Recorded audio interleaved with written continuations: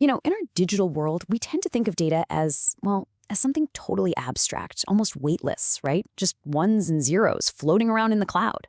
But what if I told you that data actually has mass? That it has its own very real gravitational pull? Today, we are diving deep into one of the most powerful, yet kind of invisible forces shaping all of modern technology: data gravity. It sounds so simple, doesn't it? Data has gravity. But this one idea, it's profound.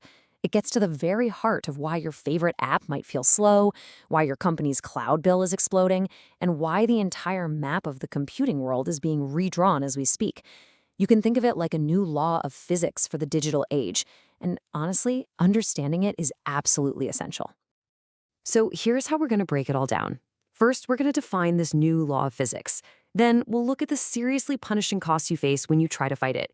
After that, we'll get to the really clever part, the solution that just flips the whole problem on its head. And finally, we'll see what it actually means to build and live in a world that's run by data gravity. Okay, let's get right into it. What exactly is this new law of physics? I mean, before we can design better systems, we have to understand the forces we're working against. And right now, data gravity is the big one, the one that's changing all the rules of the game. So here's the official definition. Data gravity is this natural tendency for applications and services to literally move closer to the data they need to work. It's just like how planets are pulled into orbit around a massive star. Your compute power, your services, they are all being pulled into the orbit of a massive data set. And the bigger the data, you guessed it, the stronger the pull. Now, this gravity, it isn't some kind of abstract magical concept. Oh no. It is caused by very real, very practical problems. You see, as our piles of data just get bigger and bigger, trying to move them becomes incredibly expensive because of transfer costs, painfully slow because of bandwidth limits, and sometimes it's just straight up illegal because of data privacy and compliance rules. Okay, so what happens when you try to fight that pull? What happens when you ignore data gravity? Well, let me tell you, it does not end well. It has some really serious consequences, and it costs organizations an absolute fortune in both money and, just as importantly, time. This right here, this illustrates the core problem perfectly. Just look at the difference. Trying to move your data, that's like trying to ship an entire factory, piece by heavy piece. It is cumbersome, it is slow, it is risky, and it is so expensive. But moving the compute, that's like flying in a single highly skilled engineer.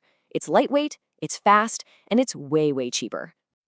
And if you look at the economics, it gets even more obvious. The big cloud providers, they absolutely love it when you bring data in. In fact, that's almost always free. But the moment you try to move that data out, well, that's called egress, and they start charging you for every single gigabyte you move. At a large scale, those fees can be millions of dollars. It's basically a one-way street designed to make data's gravity even stronger. But, beyond all the costs, there is a barrier that is even harder to get around. It's something we literally cannot engineer our way out of. We are talking about the fundamental, unbreakable laws of physics. And this is the number that really matters. Light travels through a fiber optic cable at about 2/3 the speed it does in a vacuum. So what does that mean? It means for every 1,000 kilometers of distance between your app and your data, you are stuck with about 5 milliseconds of round-trip delay that you can never get rid of. It might not sound like much, but for a ton of modern applications, that's an eternity. So if moving the data is too slow and way too expensive, what's the alternative? Well, this is where the genius idea comes in. This is the big shift in thinking. If you can't move the mountain to your tools, well then you move your tools to the mountain. You move the compute to the data. The old way of doing things was pretty simple. You just stick all of your data and all of your apps in one big central cloud region. Super easy to manage, sure, but anyone who was physically far away from that region, they felt that painful latency we were just talking about. So the next logical step was to distribute the compute. You'd make copies of your application and put them in different regions around the world, closer to where your users are. And yeah, this definitely improves performance, but it also introduces a whole new universe of complexity, trying to keep everything in sync. And that brings us to the ultimate solution, the real counterforce to data gravity: edge computing. The idea is brilliant in its simplicity. Instead of dragging all your data back to a central cloud, you push your compute power all the way out to the edge, right to the exact spot where the data is being born. So how does this actually work? Well, imagine a smart camera or a sensor out in a factory. It is generating a massive, constant stream of raw data. With edge computing, a tiny little processor right there on the device analyzes that data on the spot. It makes a decision, or it spots something important, and then it sends only that tiny, valuable piece of information back to the cloud. You completely avoid moving the mountain of raw data. It's a game changer. All right, let's pull all these threads together. What does a world that's actually designed with data gravity in mind look like? Because this isn't just theory anymore. This is the blueprint for our technological future, and it's happening right now. Just think about a self-driving car. It generates terabytes of sensor data every single day. Now, when that car needs to decide whether to hit the brakes, it absolutely cannot afford to wait for a 50-millisecond round trip to a data center and back. No way. That calculation has to happen instantly, right there in the car. That is edge computing in action, and it's life or death. Or what about healthcare? A single MRI scan can be gigabytes in size. It makes so much more sense to bring the diagnostic AI software to the hospital's local network to analyze that image, instead of trying to upload that enormous file to a cloud that's hundreds of miles away.